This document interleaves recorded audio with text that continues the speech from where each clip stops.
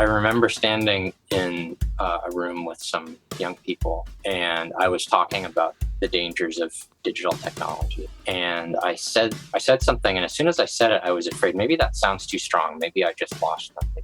But what I said was, you've probably experienced how this thing, if you pour yourself into it too much, you can feel like you can empty yourself into it. You can lose your soul to this. Here we go. Welcome to a special edition of the Focusing Way podcast. I'm your host, David Battistella. We call these special editions The Way is Love. Find The Focusing Way on Apple Podcasts, Spotify, and our website, thefocusingway.com. Who's up for a little soul work? Years back, a friend and I greeted each other by one of us saying rock and roll and the other answering fill the soul. It was a nice reminder of how playing or listening to music could be an exercise that is soothing to the soul. It was also a great reminder that we actually have a soul, and that soul has to be considered and is moved by the action of our lives and minds as well. We aren't talking music or rock and roll today, but we are talking about the soul and the mind with co-author Joshua P. Hochschild of the book Mind at Peace, Reclaiming an Ordered Soul in the Age of Distraction. The book is laid out to act as a good companion that we can turn to, whether you're in need of comfort or virtue, a refresh of your moral compass, or want to reawaken the sensations of the heart, body, mind, and soul. You will want this book near you. Chapters give an opportunity for contemplation or active discernment with thought-provoking questions to reflect on. The book is laid out in such a lovely way and I love that every chapter heading is only a single word, which was a beautiful choice because you mentioned steadfast earlier, and there's a beautiful quote from the Book of Wisdom in that chapter. But there's also this quote: "Fear is a terrible passion. Desire always has in it some promise of pleasure. It beckons, entices, beguiles. Fear appalls, unsettles, and puts us in a state of confusion. Great fears repel us. Without tremendous force of character, we simply run from them. Lesser fears shake us." How do you teach a statement like that one I just read? Oh, I don't know if I have an answer to that. I mean, the classic example of courage, because it's easiest to talk about, right, is the soldier on the battlefield. And the reason that that's a classic example is because the threat is great. You might lose your life. But the sense of duty and responsibility is great because presumably we're supposed to be imagining honorable soldiers who believe in whatever cause they've been called to fight for. That's the classic example. I don't know that it actually carries a lot of weight in our society. Fewer people serve in the military as opposed to citizen soldiers of an ancient civilization, and fewer people trust that the wars that are fought are actually noble and worth sacrificing for. What we have to do is find those areas of our life where the idea of doing something, even though it's painful, does have weight. For someone, it might be public speaking. Yeah. They're afraid of speaking in public, but they know that it would be a strength, or maybe even they have an obligation to do it. For a child, it might mean, continuing to go to school, even though there's a bully who calls you names, right? We all, in our different states of life, have different things that can threaten us, and courage is whatever it takes to respond to that in the healthy way, so that the threat doesn't own us, so the threat doesn't master us. Yeah.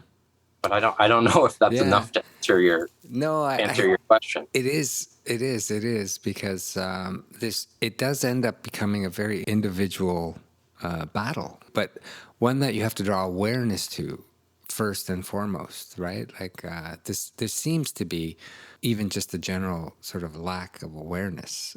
I'm going to just turn it over to this sort of conversation about possessions, right? Where it seems like everything in the plugged in and technological lifestyles that we live, it all leads to, at some point in time, purchasing something. So we're the great consumers of the planet, but our love of consumption has a price, right? And some of the conversations you've had or you've heard the students have or that you've been around, what is that price ultimately? Um, the price is our souls. Yeah. I remember standing in a room with some young people, and I was talking about the dangers of digital technology. And I said something, and as soon as I said it, I was afraid maybe that sounds too strong. Maybe I just lost them. Maybe they'll think that I'm a doomsayer. But what I said was, you've probably experienced how this thing, if you pour yourself into it too much, right, you can feel like you can empty yourself into it. You can lose your soul to this thing. And that's what I thought. I thought the losing your soul language would have gone too far. But the whole room, all the heads started. They knew exactly what I was talking about. Right. And not because they were particularly pious. I don't think it was. I wasn't making actually a particularly religious point. In more secular language, maybe I would have said something like, "You all know it's addictive," or "You all know that you can procrastinate and fritter away your time." But if you're frittering away your time, you're frittering away your life. Right. And if your attention is so fixed on this object that is drawing it in, that you can't give it to the people around you, you forget your obligations to friends. You would rather do this than take the effort to create or produce something, or to call your mother, or write a letter to your son. Then I do think it's fair to say that the threat is our souls. Yeah. And I want to be careful here, because in talking about this, I always feel like I end up sounding very dark and like a doomsayer. But I hope it's come across. I get the sense from your reaction. The book is very hopeful. The book is hopeful. And it's Absolutely. not saying that we have to smash all the machines. If that were an option, maybe we would consider it. But it's not an option. Yeah. What we have to do is figure out how to negotiate this. It's a dramatic social experiment that we're going through, and we have to be as aware of what's happening to us and to our society as possible, and not put our heads in the sand about what's happening, and return to the sources to practice those virtues that have gotten people through other difficult times.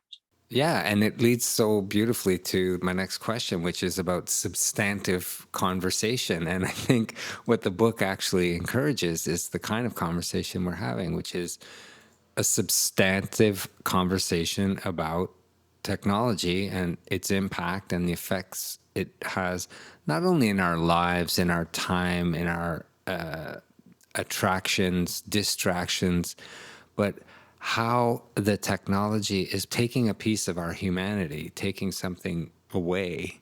And how do you think mostly that technology has pulled us away from substantive conversation?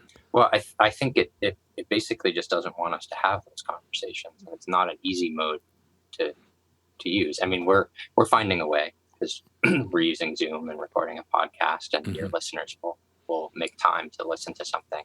But I think even that almost feels like we're a little bit working against the grain Yeah. of the other things that are sort of flashing for our attention.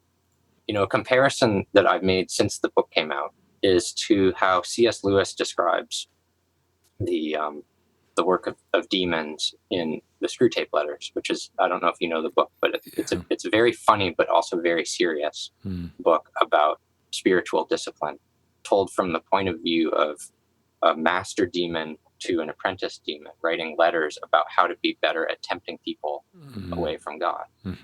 And through that device, C.S. Lewis indirectly, if you're an intelligent reader, indirectly, you're actually getting advice about how to protect yourself from the ways that demons tempt you. Sure. Yeah. But very early on, I mean, the chapters describe very specific modes of temptation. So we all have areas of our life that we can be tempted in, whether it's relationships, whether it's food, whether it's our attitude towards wealth and power, status, all of these things. And there are individual chapters aimed at those different kinds of appetites. But at the very beginning, Screwtape says to Wormwood, is his nephew, who he's counseling, that you don't try to teach devilry. In fact, you don't try to teach anything. You simply try to distract them from the good things. It's a negative art. Yeah. And the last thing that a tempting demon wants his target to do is stop and reflect, to go for a walk, or to actually spend time seriously reading a book. So you just make sure as much as possible that nobody spends too much time doing those things, or when they're about to start doing those things, just drop something. It's the art of distraction. And when I reread the Screwtape Letters about a year ago, and when I read it, I had been thinking about the design of social media apps, and I thought, this is exactly what the social media companies were trying to do. And I'm not attributing a demonic intention to the social media companies. They were just trying to make money. But they ended up designing they designed a technology that has the effect of making it harder for people to sit with their thoughts, to ask, what does it even mean to be a human being? What is essential to human life? What is it that would truly fulfill me? I also think this is why it's so helpful that different disciplines have tried to shed light on the problem. It's pretty universally recognized that something's a little off, that we might have gone a little too far, or that we'll need help to carry forward with these new technologies.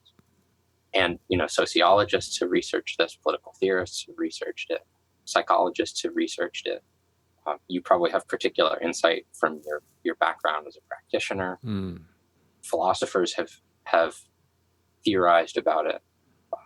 But part of the reason that Chris Bloom and I wrote the book is that we realized that the spiritual tradition was also a resource. That is ultimately what classic Christian spirituality is about, is reminding us what it truly means to be human. Yeah. And only that perspective can tie together all of the insights from the other perspectives, and actually hopefully be practically useful to somebody who's willing to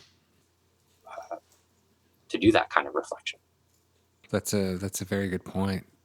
And I'm just wondering, because from your experience, we're sort of talking about the noise of the world here, and that's what we're dealing with on a constant basis now.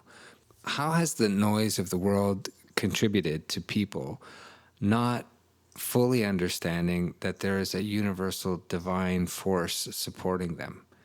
Like, the distraction is so large that they're distracted from the universal divinity that is placed them here. I think for many it has done that. I guess I'm hopeful enough that for many it's actually been such an incredible distraction that it has caused them to ask the kinds of questions that you and I are discussing today. But even before the age of digital technology, there were many things that made it difficult for people to feel comfortable or even think that it was possible to contemplate ultimate things, or to contemplate a divinity. There were ideologies that convinced people that there was no such thing, or that theorizing about such things isn't really is purely subjective. There were whole industries, designed to draw our attention in different ways. There have been wars and plagues in the past. But the interesting thing about all of those kinds of challenges is that even if they lead many people astray, they also always lead some people to kind of stop and take stock. They're beautiful spiritual writings that came out of World War II, for instance. There are amazing reflections on human nature that grew out of the Industrial Revolution, precisely because there were perceived threats to habits and relationships and ways of life, and a sense of things being lost. That some of the people who felt that sense most strongly did their best to reflect on how something could be preserved, or what it was that was being lost and why it shouldn't be lost. So I think the challenges have never been greater. I do think that this is a bigger, both in terms of the speed with which it's happened in less than one generation, and in terms of the scale that it's happened.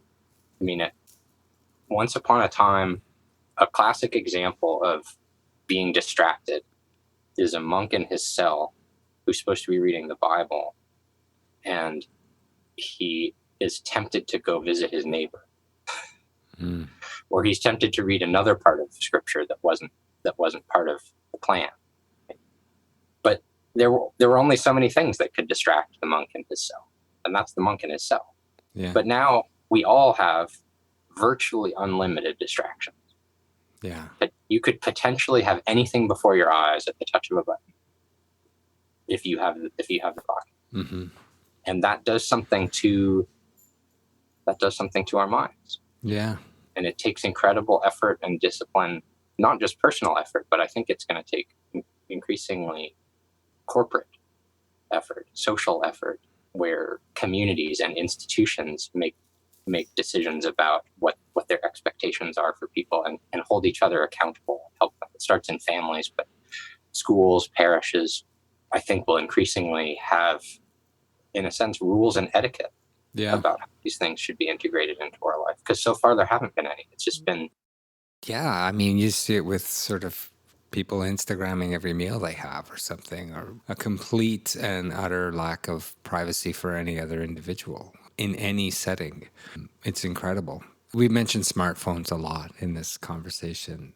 I have a theory that they name everything the 180-degree opposite to what it actually is, or what it's going to do to you. Which, in other words, it's sold to you. It's going to make you very smart and have you access anything at a moment's notice, as you just mentioned. And it ends up sort of having the opposite effect if it's not treated with the proper atteggiamento is the word I would use, the Italian word, with the right discipline. Yeah. And what blows me away about humans is that we all still think we're smarter than that phone in our hand. And no one will really ever admit how much time they spend on that device, or they'll have the very quick answer, like it's for work, is a common one. Why do we seem to feel we're smarter than that device we have in our hand? I don't know. I'm guilty of it myself. I mean, I have one. I carry it most of the time. I'm on social media. I'm on Twitter, and I have a kind of love-hate relationship with that, and go through sort of waves of guilt, and should I give that up? I'm fasting from it during Lent. I think we tell ourselves that because there is a level on which these tools can be used for good. Yes. I mean, I can keep in touch with my sons who are away at college because we all have phones. I can engage in philosophical conversations on Twitter. And I've even felt like I was encountering persons and building friendships through interactions on social media. But I also know that tons of other stuff goes on there too, and sometimes I'm just wasting my time or being vain. And so we tell ourselves that. I think partly we tell ourselves that as aspirational. We want it to be true. We're making an effort for it to be true. Hope that it will become true. But I think also we sometimes recognize that we're lying to each other. Yeah. And we all know that about each other too. We're all kind of confessing, we've maybe taken a step too far. We're not done. That's another thing about virtue, by the way, is it's not like you achieve virtue on a certain day at a certain time, check it off, and then you're done, right? You're continually growing in virtue, and the more virtuous you are, the more attention you're going to give to continuing to practice virtue. So it really is the constant work of the soul. I'm going to read another beautiful quote that I pulled out of the book. The mind is a very delicate lens, and if we want it to receive illumination, to borrow Plato's metaphor, we must be vigilant in keeping it safe from being scratched and warped. And I want to take that into imagination, because imagination actually requires a real keen awareness. So how do you think imagination is being manipulated by the technology we use? Yeah. I mean, something that we don't talk about in the book because we took it for granted that people would recognize this as a moral problem with the internet, especially for kids, but also for adults. Pornography. One way of understanding the pollution, the threat that pornography is that it messes up the imagination. Mm. People who watch pornography, it changes the way they see other things. It changes the associations they make. It changes the memories that are triggered when they encounter persons, and so it makes it harder for them to see people as they are and to have authentic relationships. We didn't talk about that in the book, again, partly because we took it for granted that we didn't need to make that argument, but also because I think in more subtle ways, having a beautiful screen with bright, vibrant colors pollutes our imagination Yeah. and changes the way we experience the world. You're in Italy, and you probably see tourists walking around, and they can't just look up at the Duomo. They also have to. I was guilty of this too when I visited, but there's a part of us that wants to retain something. Yeah. But there's also a part of us that now you can't look at a nice meal and not imagine a food blogger putting it on Instagram, or you think this was a great experience, but I wish I could have, gotten that extra. So because it's become so ubiquitous, it's changed the way we experience the world, even when we don't have a smartphone on us. Yeah. And because we're touching all of our pockets trying to figure out where we've left it. yeah. And of In course, a sense. imagination is very closely linked to memory as well. And so it's made it's changed the way that we remember things, or even the value that we place on our own memory. If you have a question, instead of cultivating a memory, you can just Google it. Mm-hmm. And sometimes that's enough. I'm not saying that having lots of facts at the tip of your tongue is necessarily virtuous, but it used to be a sign of maturity that people had a store of knowledge within them that they could draw on confidently, and that gave them a kind of independence. That they didn't owe it to anybody else. They weren't paying for a service. They weren't pressing buttons to get it. It was part of who they were. It was part of their personality. And I think that's becoming rare, or at least different. People are developing different kinds of memories and developing a different kind of imagination. It's a very long cry from Renaissance era people like Pico della Mirandola, who I think was prepared to debate anybody on any subject. Over 250 subjects, he was prepared to debate anybody at any moment. So, I mean, when we talk about that kind of preparedness compared to the lives we're engaging in this era, it's quite a stark contrast. And that's, it's centuries ago, but that's what we're where classic formation. You're at a Catholic university, and there's a certain amount of this that the students who are coming there are already have a bit of an awareness and have a sort of a spiritual formation. I don't know whether that gives them an advantage or not.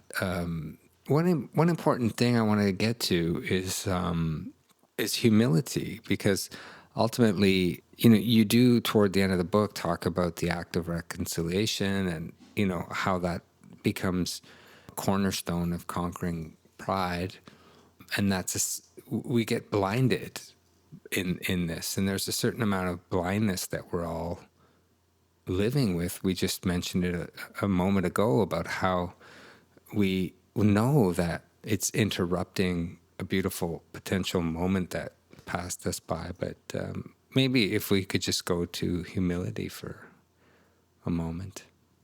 Yeah, I mean, I like this turn after our conversation, because someone listening to us could get the impression that what I'm describing is all about our need to make an effort, and that it's kind of up to us to do something about it. It's like a call to action, which in many ways it is, but the danger there is that we could think that we can do it ourselves. And just as I was saying before, that we need the help of our community sometimes to be held accountable for certain standards, or members of a family want to help each other to realize their goals. We need God's help too, to recognize that we have a problem in any area of our life, but certainly with digital technology, we have to recognize that we were created to be a certain kind of thing, and we're not responsible for being that kind of thing. That was the act of the creator. We're responsible for living up to the kind of thing that we were created to be. And we're also responsible for recognizing our continued dependence on God to be able to even do that. So it makes sense, for instance, to start a book or a podcast with prayer to sort of remind ourselves that however much we might be making an effort to make progress in what follows, that we're trusting that we're not the ultimate source of that. We're not going to solve our problems all under our own power. And I think, the Christian spiritual tradition obviously highlights humility in a very, very powerful way, with a God who becomes incarnate and is willing to sacrifice everything to redeem us. But there's a natural level of humility which is recognized in all kinds of traditions outside of Christianity and recognized in classical philosophy too. Just having some assessment of your place in the universe, and that you're not at the top. There are things higher than you, and you might not on your own be worthy of touching those things, even if you want to. But you can hope that those things want to have some relationship to you.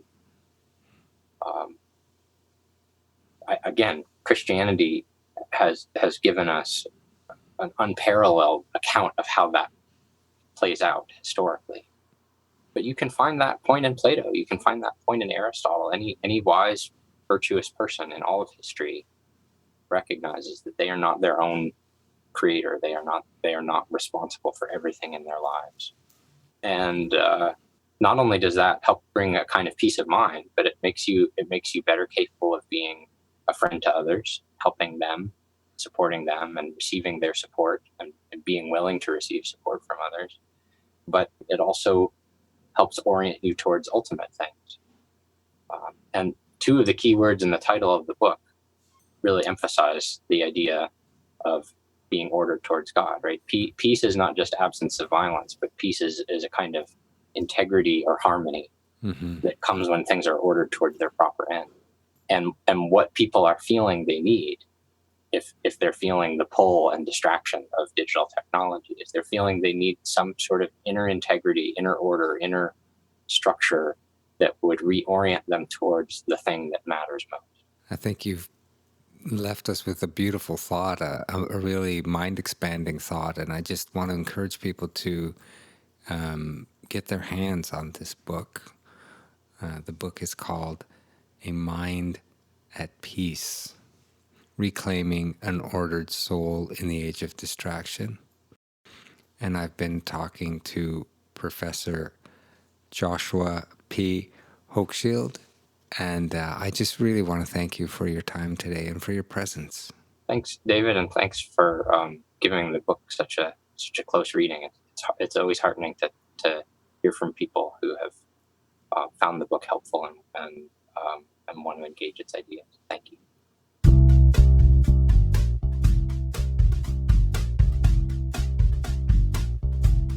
Hey, thanks for listening.